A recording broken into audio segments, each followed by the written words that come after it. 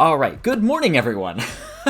My name is Andreas Walters, Andreas_MWG on Twitter, and this is your Gen Con panel for laying it all out, getting into layout, and a bunch of tips and tricks, do's and don'ts on layout. And we've got with ourselves a couple industry professionals on people who use layout tools quite often, and we're going to go over a lot of stuff. So let's get into it. I am Andreas Walters. I am the host. I am here on my own channel. I am the host. I am Metal Weave Games. I am known for primarily the Baby Bestiary, Caretaker, Warlock, Hyperlight Drifter, Tabletop RPG, amongst other things. And I use he, him pronouns, and I use InDesign quite a bit. And I'll kick it over to HTTPaladin. Sorry, you're eating. No. I'm just putting down a tally for people when people call me HTTPaladin. Oh, God. Did I just do that? Yeah, you did, buddy. Hey, I mean, it's HTTP, and then it says Aladin on the end. Like... To be fair, people have called me HTTPaladin, and I'm just like, that's a little off base, buddy. Oh, okay, that one's a little too much. Like, Yeah. But hi, I'm HTTPaladin. I go by he, him. Okay. I'm primarily known for the islands of Sina Una, and I do miscellaneous background work for people in the DMs Guild. Cool. And Jess? I'm Jess. Jess Geyer. I'm with Wannabe Games. I've done layout for all of our short micro games as well as for Moonpunk, although we did also have another layout editor with us on that project, and I use she, her pronouns. Awesome. All right, so let me pull up our little outline so I can stay on topic. So to start off, for layout, so I guess to start off, for all the people who are new to layout, so if we're a creator, I've got an idea, and I want to create something, like I've got a mechanics idea, I've got something I want to put up on the DMs Guild. What do I do, or what can I do? And I guess I don't know if Jess or HTTPaladin, is that correct? HTTPaladin. HTTPaladin. Okay, sorry. I don't know if the second T was silent or not. No, I'm not. HTTPaladin. My apologies. I mean, it's very non-serious, so like. It's a username at the end of the day. Yeah. So, for instance, if you were going to create something on the DMs Guild, what options do we have? I guess I want to be able to like not monologue myself for like 20 minutes before involving you guys. So I kind of want to involve you guys in this process as well. Well, I know people. InDesign is unavailable for a lot of people, and I know for a fact that a lot of people have gone to using Word. And more recently, Affinity for it. So if you're on the budget and you have the program, Word can do a lot of good for you. Yeah. Okay. InDesign has, like all Adobe products, they've switched over. If you don't know, they've switched over to a subscription service, so you have to pay per month for the service, which that's capitalism for you. If you are, I will let everyone know this, if you are a student or a teacher, you can get a discount on Adobe products. The Adobe Suite ends up, I think, being $20 a month. Yeah, no, I lived on that for like 4 years past my graduation. Yeah, whereas, on the other hand, Affinity is a one-time purchase. It basically has all of the same tools as InDesign. I just prefer InDesign. It's what I grew up as a baby layout designer using back in college. So you can also use Microsoft Publisher, like HTTPaladin said. You can also use Microsoft Word or even Google Docs people have used layout with. Yeah, I've seen Google. I even heard another panel where someone said a project was done using Google Slides, which kind of makes me shudder at the same time. But it can be done, I'm sure. So like you've got your Google suite of tools. You have Scribus, you have Affinity Publisher, Microsoft Publisher, I know Affinity is a single-time purchase and almost looks exactly like InDesign, or like it looks very similar. And then, of course, you have InDesign, which is sort of the industry, quote, standard that a lot of people just use because a lot of other industries use that. I know a lot of our experiences are in InDesign specifically, but I know a couple of us have done things in other programs as well. So we'll probably be mostly focusing on InDesign, but we will have some other thoughts about the other ones as well. Someone has had PowerPoint thumbnails? Oh gosh. Actually, if I could put another one out there, someone I work with on Sina Una used to use Google Sheets for layouts. Really? And I screamed a little bit inside. Yeah, I would too. Like, there's a lot to scream there about. Interesting. I think though, like the important thing to know, like if you're a new game designer, the best game is the game that you get out there. Yep. So don't worry if like you're doing something wrong when if you're doing like a little game for your first time that you're just like putting out like a one-page little resource or something. Yeah, and like go for that. Yeah, and like it doesn't have to be beautifully illustrated if you're trying to get something out there. Like a cover image is all you really need to put, a cover page. Is always, it's like minimum what you need, and then you can always use like inline image, or what is it called, image wrap, in Word, and that will get you 90% there for a simple, what they call ashcan, or simple release game or indie game. But if we're looking to do more than that, so now we have the options of one, getting a layout program to learn and do ourselves, versus hiring someone to do it for you. I'm just gonna jump on Ron Purvis's question. Are there templates out there for these programs for you to get started with? Very much so. There are a ton of resources out there. I know Jason Pitt, Genesis of Legend, has a bunch of tutorials on Scribus, the Scribus application. And I know there are a bunch of others specifically for Affinity. InDesign, there are a ton of resources. You just need to more know what you're looking for or looking what to do. Some of the challenges with these tools is they are very powerful, and there's a lot you can do with them. So a general tutorial sometimes doesn't cover everything you need to know because they're usually trying to cover a specific feature of that application. So like for InDesign, you'll learn a lot about, how auto pagination works, and they'll teach you how to do that. You'll have to put the symbol auto page number into your master template, or you can put it directly on the page, but they're not going to teach you about good use of using masters. Now, there probably are some YouTube channels or paid subscription channels that go over those things, but in addition, the community, there's a ton of tabletop RPG community. Like last night, Titan Effect designer, I think it was Chris Nolan, he reached out to me for interactive PDF questions because I've done a bunch of buttons for Hyperlight Drifter, which do a bunch of unique things. And he's like, I have a project that does this exact thing. How do I do this? Because you pulled it off for Drifter, and I kind of want to figure this out, or not spend the 20 hours I did to figure out how to do interactive buttons. So there are a bunch of resources. It's important to know what you're looking for first before you really start getting into those tool tutorials.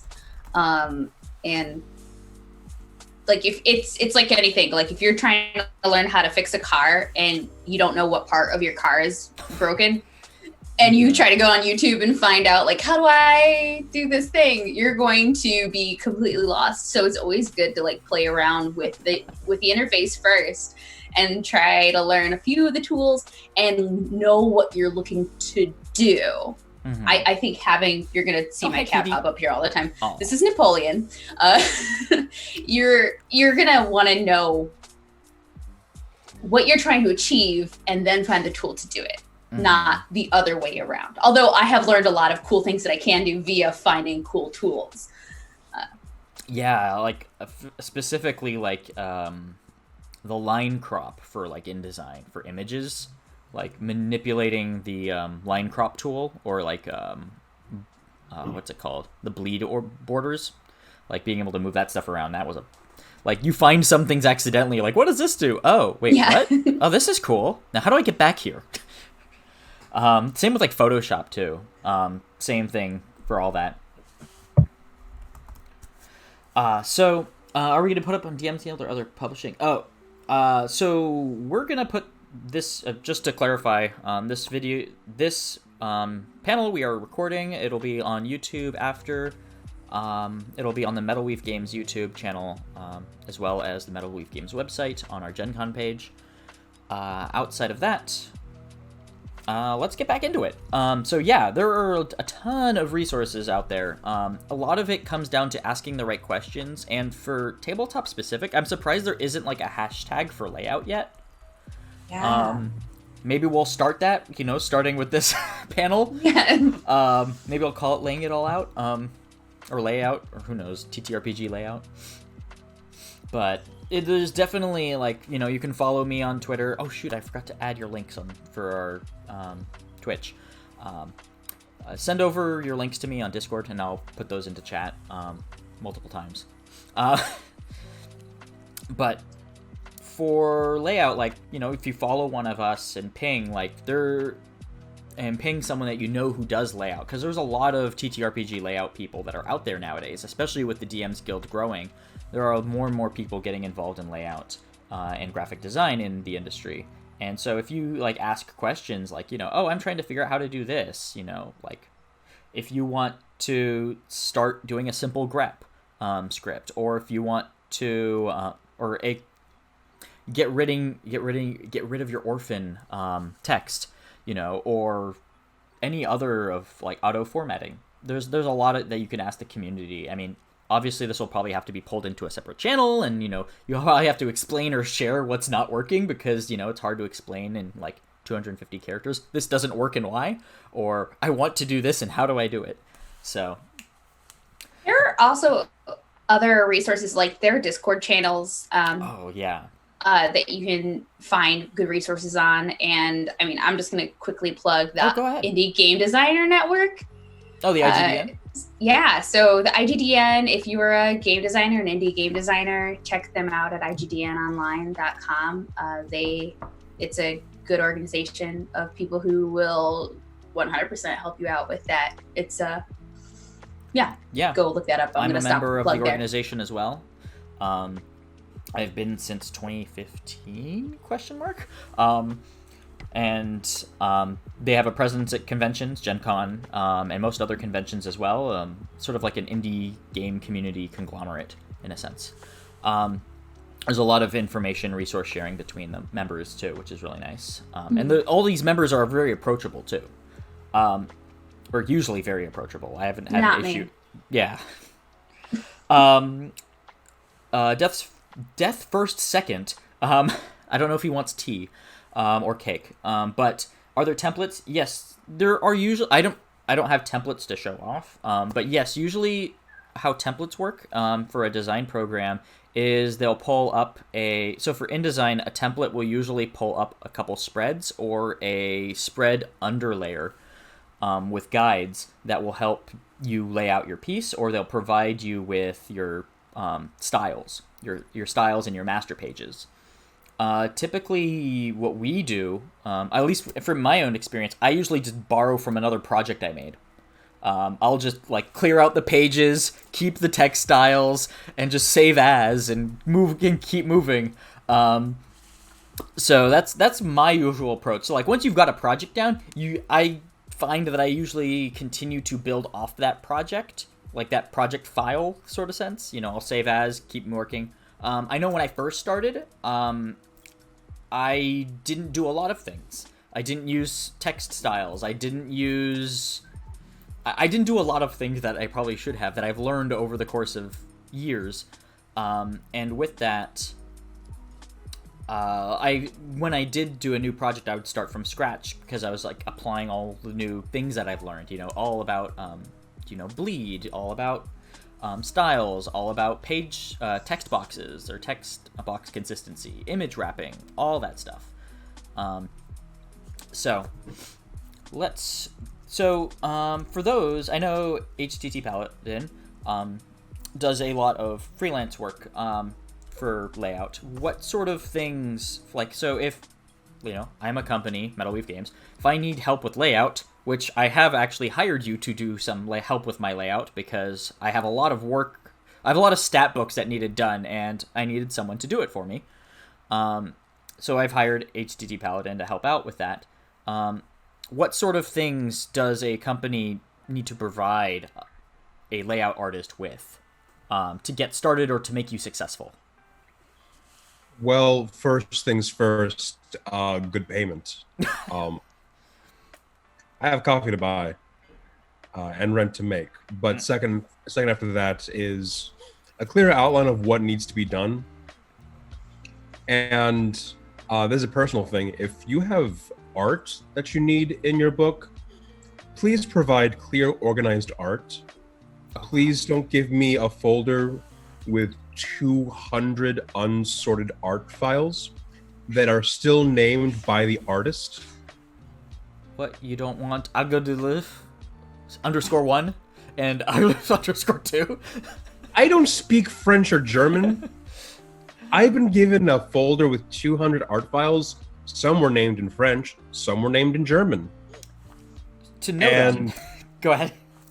And at the time, I didn't have the confidence to hit them back with, like, can you sort this out for me, please? I don't know what I'm doing here. Just to build on that, file structure is a huge thing. So when I know I'm sort of a stickler at this. I don't know, because like for my corporate life, coming up with like good file structures and organization for your documents kind of becomes important depending on how many documents your company gives you, or your emails. File structures for your emails. If anyone has received more than 300 emails a day, folder structures are super important. When I worked at Amazon, a lot of it like you never looked at. So file structures are huge. So for me, what I do is I have two folders, one with projects and one with commissioned art. And each art I separate by artist. I have a folder by artist, and then in that folder I have a folder by project. I don't know if that's the right way to do it, but that's a way to do it. You could also do it by project. I sometimes reuse art, so that's why having it by artist is helpful, because also when I have to go credit that artist, I know where to find it. It's very easy to go look back and go, oh, okay. And then for the project side, then when I put all my design files in there, and I can break it out by project and subfolders of projects and related brands and stuff. So that's how I do my organizational system. I can show that after when we get near the end, because I don't really want to change our setup. Yeah, Redbox asked if there's a standard file structure. There's not. You just want to make it clear. I'm sorry, my cat is being so annoying. Gen Con Online.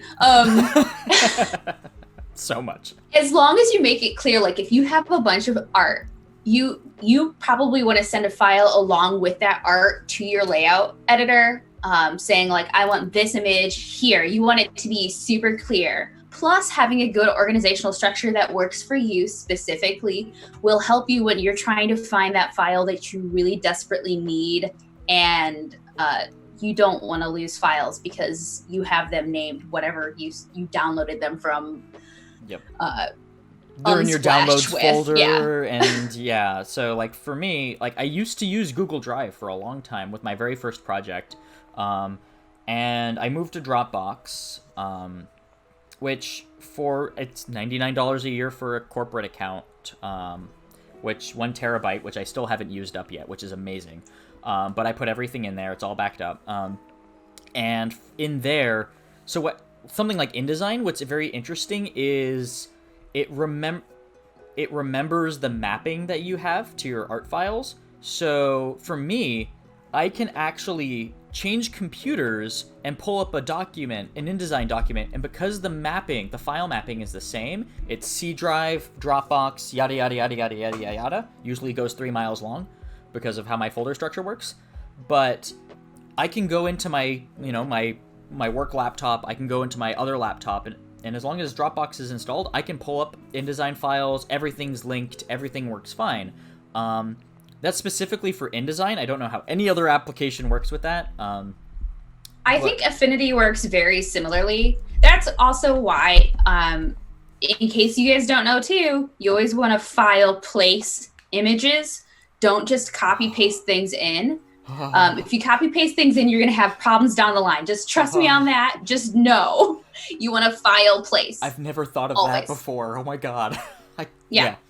Yes, place images. I teach students, I didn't mention this at the top, I teach journalism to students, high school students, and we use InDesign for our layout. And the amount of times I had to tell my students not to copy paste stuff in is a lot. Because it doesn't pop in as a linked asset, right? No, it won't pop in as a linked asset. And like, even if it will show up, if someone else opens that file, I don't know what happens technically, but like those images can look really crappy down the line. You won't have the same resolution because it's going based off of probably like display or something like that. Yeah, it's probably using a display ratio, and then because it's not linked, it's using the minimal display ratio that it saved. Yeah, I tend to think of a lot of the InDesign stuff as just magic. I don't know like the behind the scenes stuff, so I just trust the magic. Yeah, I remember there was a very cool template I was working on that I was trying to get to work to like mass import stats, and it crashed InDesign. And I'm like, no, I wanted this to work. And then I kind of gave up on it because it kept crashing. So maybe in the next future versions they fixed it. I don't know. I'll have to dig that up again. Cool. So let's keep moving down. Direction, doing yourself. So we've kind of gone over the different programs, costs, features, obviously very diverse. Also, like, feature-wise, just to say, like, if you pick Affinity Publisher, Scribus, InDesign, that's usually a hard choice because, I mean, obviously if you pick Affinity, Scribus, you own the program, but if you pick something like InDesign and then you stop paying for it, I don't think you can open that file up ever again. So there's an investment cost, like there is a sunk cost in picking an application, and you can't just switch from InDesign to Affinity. Like, you're gonna have to rebuild everything. Yeah, I'm actually going through that right now because I have a lapse in my subscription plan for InDesign. I can't open anything in my Adobe suite. There's no other program that will open a .indd file. You're basically out of luck forever unless you start paying for it again. Yeah, I was actually recently considering going to Affinity or Affinity Publisher, and one of the things is like, oh crap, I have like 40 products that are laid out in InDesign. I can't really give that up because I'm never going to be able to go back to, like, I have a very big sunk cost on that. But I mean, I would have to like revisit everything and then export it and be like, okay, I'm never touching it ever again, So there's a very real sunk cost to like investing in an application. Of course, Affinity, you can pick up, you can learn, you own it. And then if you wanted to move to something else for your next project, you could, but there's there's a cost of learning now a new application and now investing into that file, that structure, that organization, and that method of using that application. And they're not compatible both ways. Affinity and InDesign aren't compatible. Publisher and InDesign aren't compatible. Microsoft Word and InDesign aren't compatible. Well, they are kind of. You can file place stuff, but you can't open up your InDesign files in those programs. Yeah. So there's a question for you, HTTPaladin. Is there a specific order you do layout in, page by page or images first? Well, I guess we're going to kind of get into that in a bit. But just for you now. Haphazardly, I'll make the text boxes, format the text so that it's appropriate for the actual thing I'm working on. Then I'll go through page by page and add in images where I need to and make sure everything is laid out properly. Because going through and applying character styles or paragraph styles is its own chore when you're doing layout. And so I'll make sure that's all set first before I add in images, and then panic about how and where the text is. And also to note in chat, IDML is a specific InDesign application export. So when you have a program, it's essentially called InDesign markup language, which is like their own not HTML, XML script. So there might be an affinity thing, as some have noted in chat, but you have to be very conscious about that conversion. So if you are going to convert again to InDesign, or I guess from InDesign to Affinity, you have to make that effort before you lose your subscription, because you're gonna have to pay to it to go back to it to fix it. So like for my website, like, you know, once I flip the switch of, okay, I am now using WordPress, like, there's no going back from that, because I canceled a $300 a year subscription to Shopify, you know, and now I'm on the WordPress bus, and now I must live with that, you know, because going back, because I deleted my Shopify account, you know, like, there's no going back to that. And there's like one export that I should have done that I forgot to do. It wasn't a bad one. It was like product reviews, you know, like something small that I completely forgot about. But nevertheless, like, those kind of conversions take a lot of effort to do. And I wouldn't... Don't trust them. Yeah. Don't rely on it. Yeah, like, you need months of crossover, I would even say, just to, like, make sure you're safe. But I personally don't recommend swapping unless it's like a cost thing that you're forced to do. And then swapping off of InDesign would be the preferred method, because then you're not opting into a cost-forced structure. But all right, so now let's talk about InDesign, or like, you know, layout and InDesign and other features and stuff like that. So we've already gone over features and stuff like that. And let's look at your approaches to design. How do you start designing a project? Do you, like, for me, because I'm a designer and a layout, I actually do both in the same space. I do my game design in InDesign.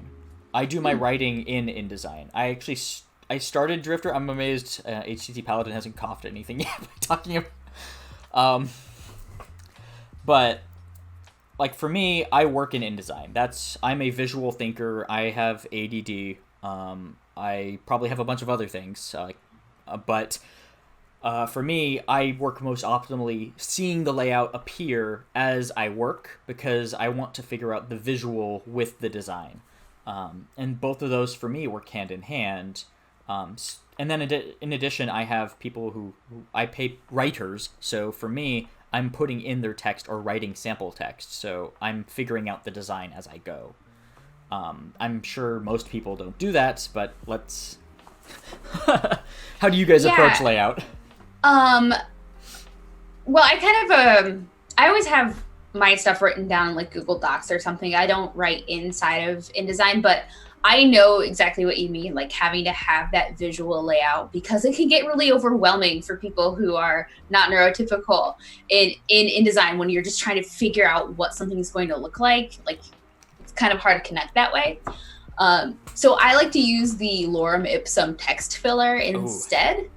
And then get like a word count and figure out like how many words are going to fit here. I've so done that too. Yeah, but I think one of the important things for me when I start layout is to know like what kind of look I'm going for. I usually start, maybe I'm the only one, but I start typeface first. I find my fonts, my typefaces like that I want. And that's going to help me determine like what size my text needs to be on the page. You don't want it to be too small. Obviously, if people are going to be printing these things, you don't want them to have to break out the magnifying glass to look. And some printers, like especially if you do print on demand, if your text is too small, it will be unreadable. Like it'll just be a smear on the page. So I like to do that. And then I can like HTTPaladin, or you mentioned having your styles and your paragraph styles, your character styles already put out. You want to use those character styles and paragraph styles, because otherwise you have to edit it box by box. You don't want to do that. That's a hassle. And then, so aside from the typefaces, you also need to know what art you have on the page, because you're going to want a good balance of like your white space and your text and images. You don't want everything to be crammed on a page. You want there to be a logical flow for where your eyes go. Like people's eyes tend to go from like left, like you want the dominant image to be like where your, or like the dominant text, whatever you have as your eye catcher on the page. That's where people's eyes are going to go, and then they're going to kind of move in this like snaky pattern. If you study graphic design, you know how to describe it better than I do. There's an S curve in terms of visual. Actually, when you described it, it made me think of animation. There's a flow of my finger not quite rendering. There's a flow of movement that animators use for action poses and for active posing, which kind of makes me think of the same thing about like how people use their eyes to follow something. Also to clarify for people what character styles are, since we haven't quite... There's a lot of things to go over. Character styles are a way where you can modify a text to make it bold, underlined, italic, colored, hyperlink. So there's a way that you can edit your specific text, just like a blurb of text or a snippet, to look a certain way. And the reason why this is important is so you're not doing control bold, every so often. And what happens is if you do that and you change your font, you're going to lose that. And if you tweak your font even, you might lose that. And so what the character styles do is it allows you to preserve the format of your bold, your color, and being able to move that around or adjust it globally. So if I think my bold is too small, I can actually bump up the font size of that bold, or even shrink it, and bold it, increase the lining. So there's a lot of manipulation that you can do with specific character text, or even highlighting too. Like there's so much. If you decide later that you want to like change the font or something, or you want to change the size just slightly, you don't have to go through and do that for every box. You can just go into character styles and edit it, and it will automatically change everything. Yep. You want those little time savers because layout is a lot of time.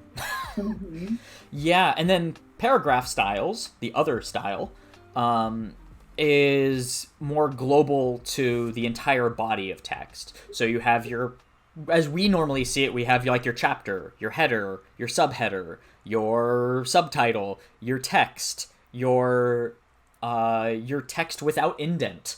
I do text without indent, and then move directly into text with indent, because your first paragraph will not have that, and your second paragraph will. But you don't want that if that's what you want. Yeah, if that's what you want. So there's a lot of rules. Are you going to say something, HTT? Yeah, I caught this question in chat.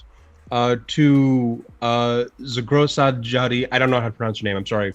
The worst design I have ever seen in tabletop comes from a French RPG called Agone.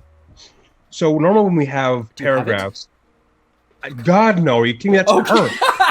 It looked like you were going to show, and I've got it right here. Here it is. No. So normally we have paragraphs like this, right? It's clear, it's concise, it's on its own. Mm-hmm. Agone believes in this, where the sidebar just goes into a paragraph. Oh.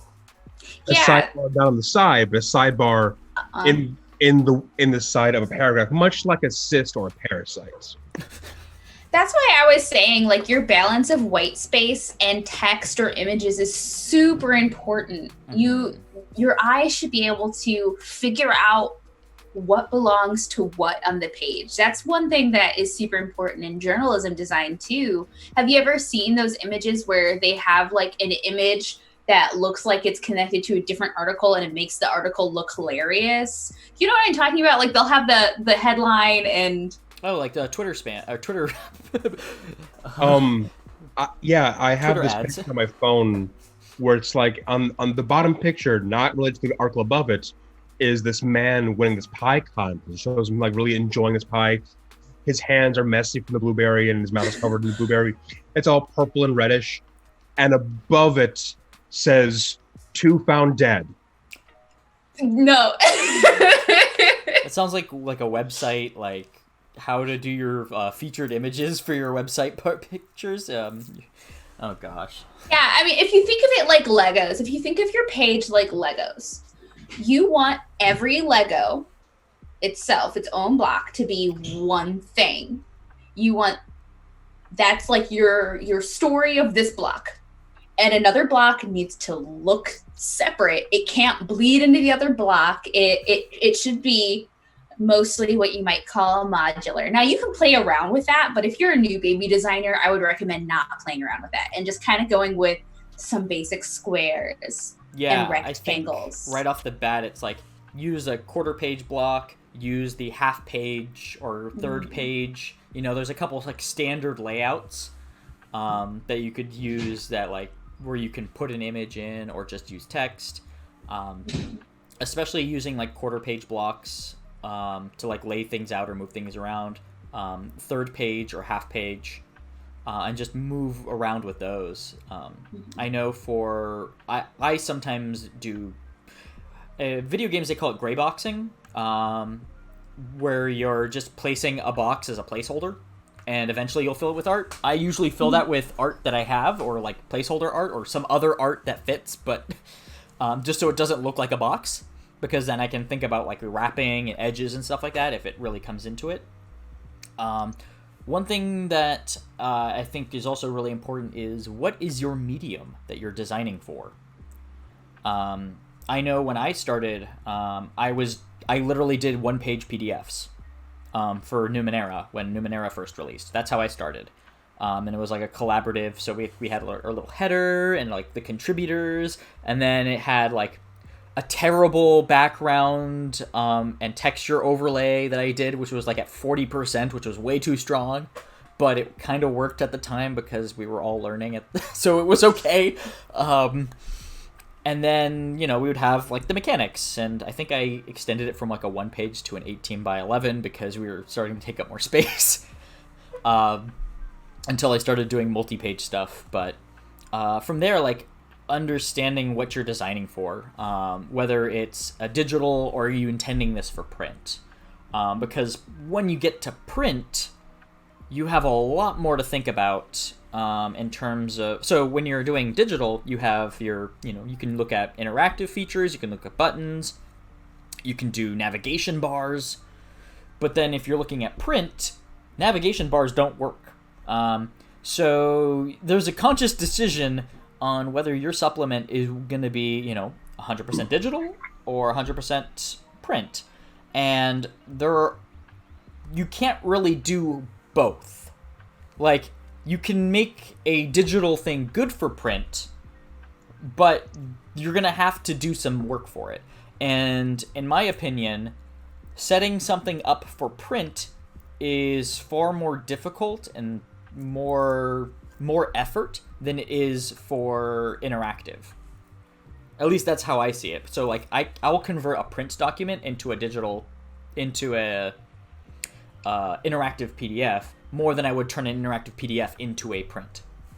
That's interesting, because that would be the opposite. I think that Oh, really? I think designing for digital can be a little bit more difficult when it comes to accessibility, for example, because there are other things that you have to think about with like how screen readers read things and things like that. But I always kind of design with the idea that someone's going to print this thing out eventually. Although, like with my PDFs, of course, I have bookmarks and tables of contents and things like that. But yeah, on the other hand, though, printing is a fickle mistress, and you want to make sure that there's a lot of stuff that goes in with printer specs that maybe are a little bit too complicated for this panel right now. But when you start like working with like printing books, you're going to have to follow the printer specifications very closely. But I'll just say for that, like, follow your printer's specifications, as in the person who's publishing your stuff. Follow them. Yeah, bleeds and margins, like, to just like sort of go on down that tread. Bleeds and margins are your biggest things. How far from the inside edge? Are you designing in a spread because your exports will be weird, or are you designing in a per page? And if you're designing a per page, you need to make sure all your templates line up on your page counts. But if you're designing a spread, you have to make sure your inner margin bleed works out.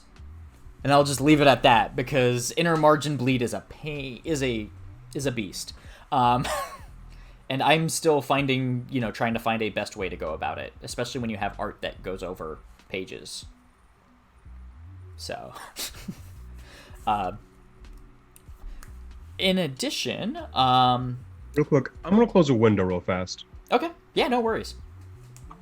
I was like, what window are we? Like, Yeah, I have a browser window I was in still the open. browser space. So many different things.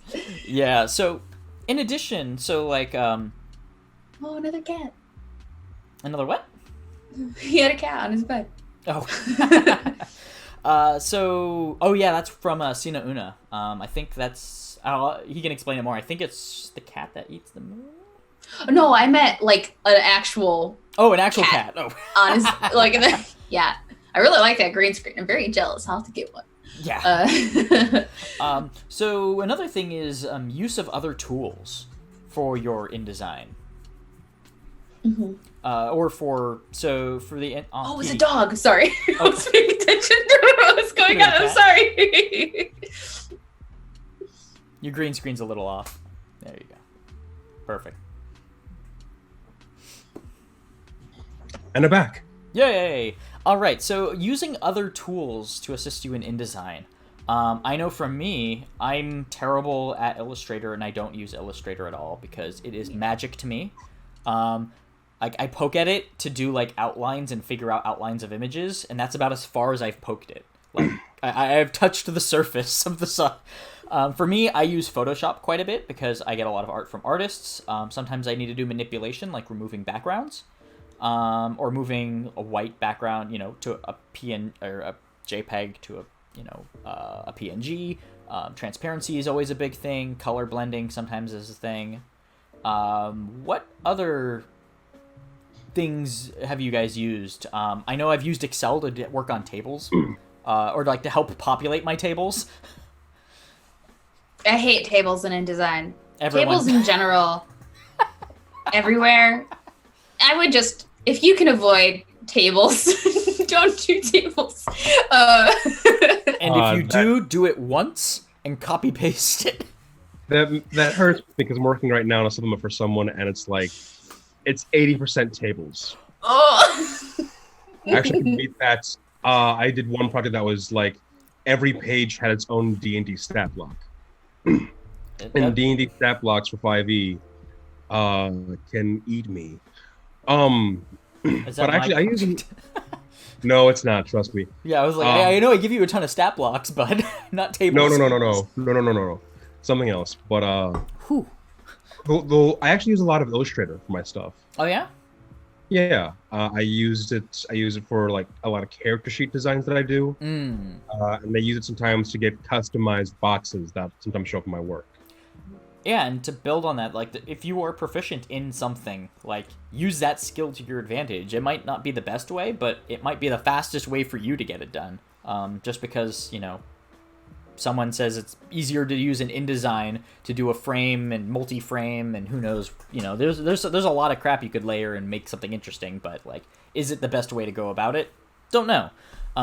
It might not be. Like, I know I probably spend more time than I'd like in my Hyperlight Drifter character sheets than I'd probably like to admit. As I go through various iterations of design, I'm trying to like save blocks, move things around, do I need to rethink how this works? I actually might end up doing 2 pages, something for the abilities and then something for just the character, so they'll be completely separate, so there's... I like designing everything out to see how it looks and then goes from there instead of probably the more easier method of like sketching it out because I'm terrible at sketching. So I don't trust myself in that regard. I was gonna say that my favorite tool is a piece of paper and a pencil to sketch things out how I want them. It never looks the same that I put it on the paper as I do on the screen, but just having kind of an idea of what I want to do box wise and like, I'm going to have this image here and like I can sketch it out helps tremendously. Oh, I bet. So don't neglect your actual like pen and paper before you start working in digital. If that works for you, if you want to do everything in InDesign, all power to you. But I also I'm not a graphic designer. I do layout. I would rather have someone else do my graphic design or purchase graphic design elements instead. Although I have used it for lines because InDesign's line options are very boring. You can't do anything with InDesign that way. Do you want dots or dashes? Yeah, dots, dashes, or the fancy little bevel things. That's what you get. Oh, the wavy one. Who uses that? I don't know. If you design a game that uses the wavy line, please link me. Just for that, I'm gonna need maybe the line Challenge now. accepted. Also, it's called. Are we talking about the tilde key? We're talking about the tilde key, right? No, No, the like design in line InDesign. option, the border option, Oh, the style, the line style of no. the God, wavy. no. Oh, you don't want to do it anymore? I didn't think so. Oh no! I thought you were talking about using the tilde key as like bullet points. No. Now I'm caught up. No, absolutely not. Now I'm gonna host a design challenge for using the squiggle line. Oh sure, design challenge. It's not really a challenge in design. It's a challenge on how much pressure and pain can the designer take. Like, Isn't that just design? yeah, but it's not like forced upon us. It's usually like incidental from the client. It's not just like how can we make ourselves hurt more. Oh gosh. And I'm coming at this from a graphic design perspective, so you're hurting me double here. I'm just like, so. All right. So for styles, I know we've sort of covered styles a little bit, but for masters, how many masters do you guys usually set up? What kind of masters do you guys set up in your projects? I know for me, it's usually like text, header, left, right if necessary, black or blank, like blank with just a page number, blank without a page number. I think masters is something I've been using more of. I mean, not recently, but like a advanced feature that like people should definitely learn more of. What are your stories with masters? you're going first or? Oh yeah, here I'll share a story from my high school journalism job. You need to make sure that you're editing.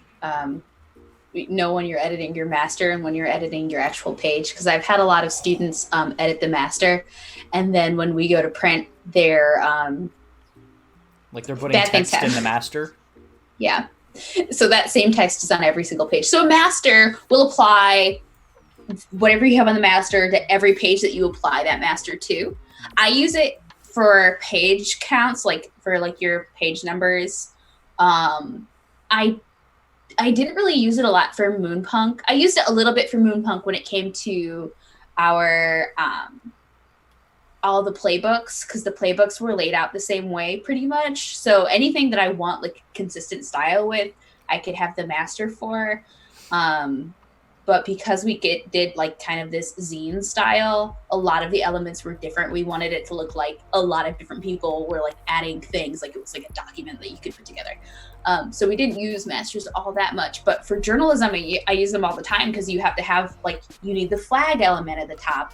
And a lot of books will do that too. Like you'll have the thing at the top that says like, here's the section you're in and page numbers. It's especially important for page numbers. So yeah, and like I use it like an advanced feature, even though.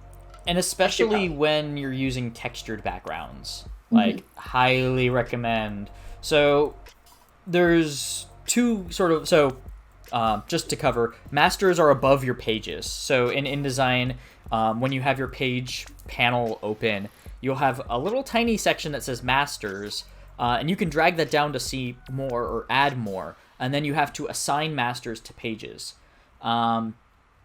And you can actually have masters be masters to masters, which sounds convoluted in itself. But for instance, for Drifter, I have a blank master, which is just black.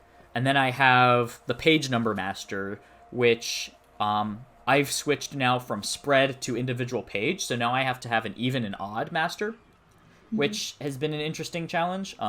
Part of the reason why I'm doing even odd is instead of a spread is because if I print something, I need that bleed to work out properly for printing. And then in addition, if I'm doing a tablet view or, PDF view, it doesn't impact anything. It is awkward to see, though, not in a spread view. I'm conflicted about that. But for masters, then you can do page number, and that's a special item that you can add to a master or any page, and it'll be marked with like a D or a letter, usually the letter of the master sometimes. But when you look in the page, you'll see the page number. You can offset things, and with that, also like for baby bestiary, I had one page which had like a header bar, a lower bar, like a footer bar, and then I just had a blank for the like beast picture. So for that, it was a simple 2-piece master of I had my text master, and then I just had my beast master. That sounds where I had my master for each beast entry. And with that, that's how I was able to do the baby bestiary with like only 3 masters, I think. But outside of that as well, I think it's also important to think about... where was I going with this? I was going to jump into... There was another thing I was thinking about. That's all right. I'll go into any do's or don'ts that you like really... just because we only have 10 minutes to wrap up.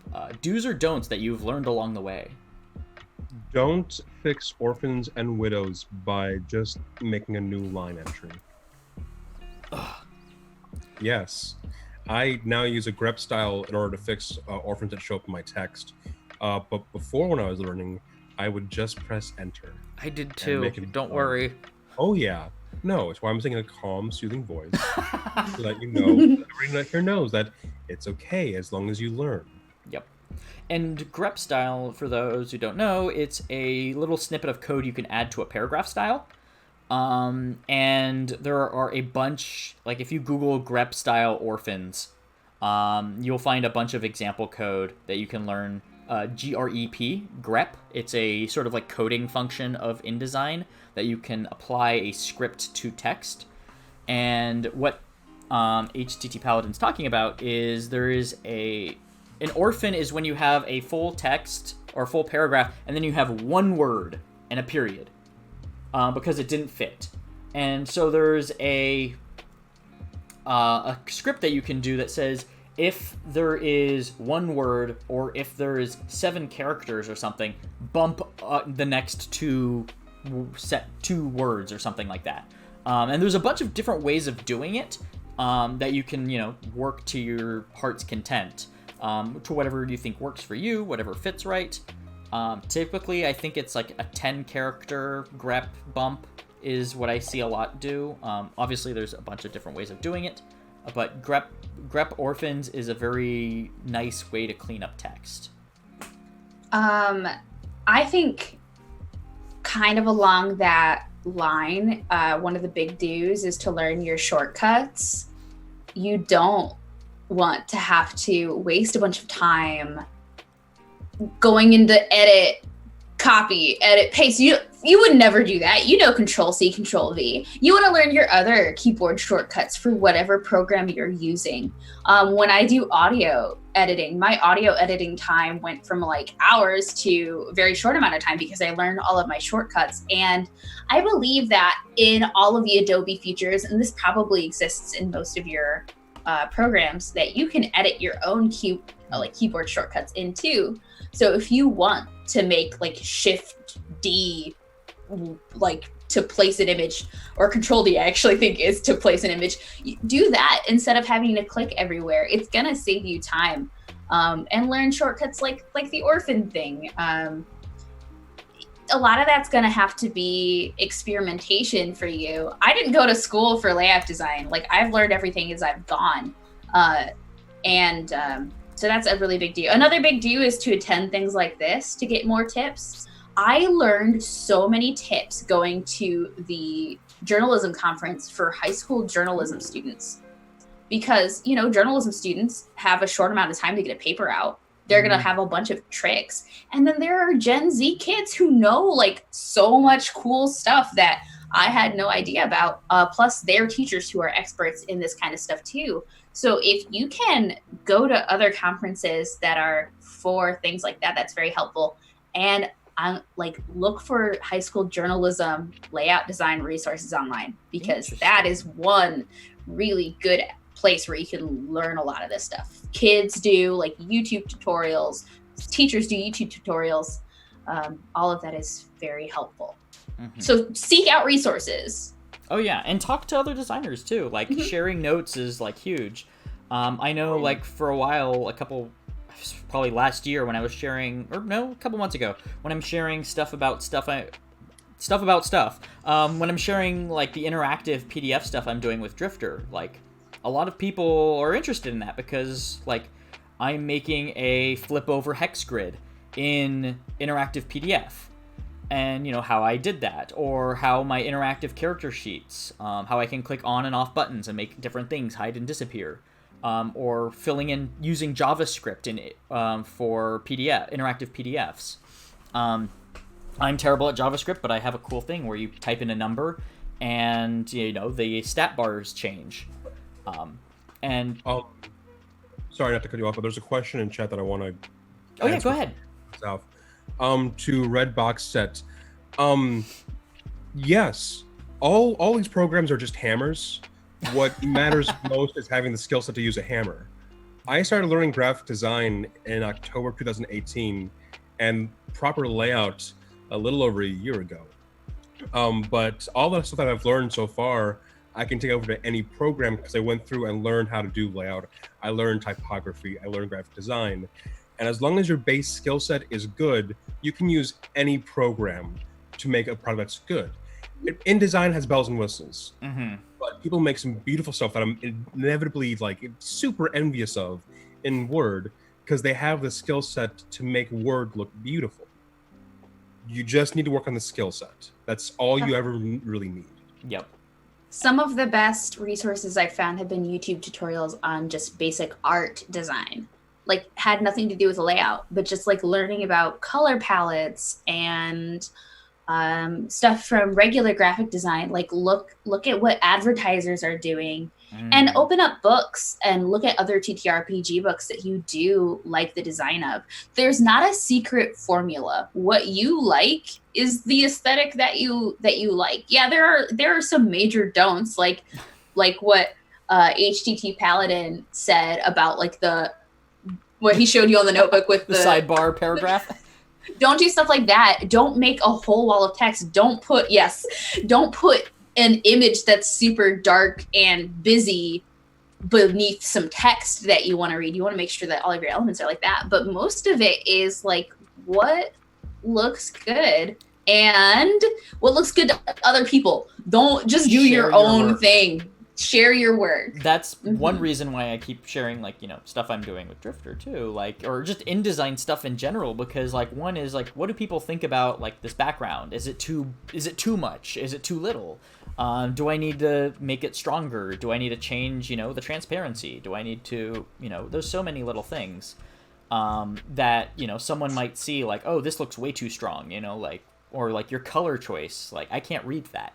You know, like, you know, person with, you know, either vision impairment or just like dyslexia, you know, like the glow around the text makes it hard to read. And being willing to understand that you're putting stuff out there to get criticized, or not criticized, just feedback from, and being able to take that feedback and go, okay, what did he not like about this? And what can I do to make it better? Can go a long way, especially in terms of visual design, because everyone sees the world differently, and your way of seeing the world is not the only way of seeing it. And there's one last thing I wanted to say, because there have been a couple questions in the chat about templates. Don't focus on templates. You want to design for what you are designing. You don't want to smash your stuff into a template that someone's already done. And also, make that look good. No, sorry, you just want to make what you have look good. Yeah, and templates are kind of just a starting point as well. Like, it might help with like your paragraphs, like getting paragraph styles and your character styles, but honestly, if you create those yourself, you're going to use them. Like, I don't know if I used a paragraph, like, I don't think I've ever used a template except for when I have to do covers for books. because there's a specific width that needs to be done, and I need to know where my bleed edge is and where my center front page is for getting my book cover, because they give you a whole template file for that. But outside of that, I think being able to create your own character styles, your own paragraph styles, and using them and getting used to using them. Like one very cool thing is for InDesign is you can, if you do write in Word, you can import your text into InDesign and apply styles. Now, to be very clear, your bold has to be a style, or your emphasis needs to be a style separate from your text style. So if you want to have your character styles import into InDesign, you need to use bolds as emphasis. So any of your character styles has to be a Word style itself, if you want to bring those over. So if you do a Word document and you have your bolds and your italics in there, they have to all be styles, selected styles in Word before you import them. I don't do that often, but when I did, I had to learn that the hard way. So that's about all the time we have for today. Any last words? And any last words to start? And then, who are you and where can people find you? Learn typography. Please, God, learn typography. I have professional level books on my bookshelf that didn't learn typography, and reading them upsets me. Yeah, and for me, use other books. There are so many books for resources, like, Quest just came out recently. They do a great job at negative space. And it looks very much like a magazine. At least when I look at it, it makes me feel like I'm looking at a magazine. And that too makes, look at what they do well, what you like about it. What do you like about Monty Cook Games books? How big is that sidebar they have? How much space does that take up? And yeah. And mine is, don't worry about imposter syndrome. Everyone feels like they're bad at what they're doing. If you're a first-time designer, don't expect what you're designing for the first time to be professional level. You're gonna produce some crap for a bit, and that's okay. You're learning. So if you watch this whole thing and you think wow, I'm never gonna be able to do this, I have sophomore students who learn how to do this kind of stuff in a couple months, and they start off being completely overwhelmed and not knowing what they're doing, but they have to take the time and learn. This is a learning process. You're not going to go from 0 to 100 in a minute. It'll take a year, to make your mistakes, try, fail, or, make something mediocre. It takes a year to get your bearings. You have to do more than one project to understand your styles, try new things. It's not going to be your first project. It's probably going to be your fourth project. I still suck sometimes. I still suck a lot of the times. Don't worry about that kind of stuff. And if you're really worried about it and you want to sell a really good project, hire a layout editor. Yeah, hands down. All right, we're out of time, and I'm bumping up against my next panel. Sorry. No, I know. I'm guilty of this as well, so no worries. Who are you, and where can people find you? I'm Andreas Walters. I am the host of the panel. You can find me at Andreas_MWG on Twitter or metalweave.games website. And I will be here all the time. No.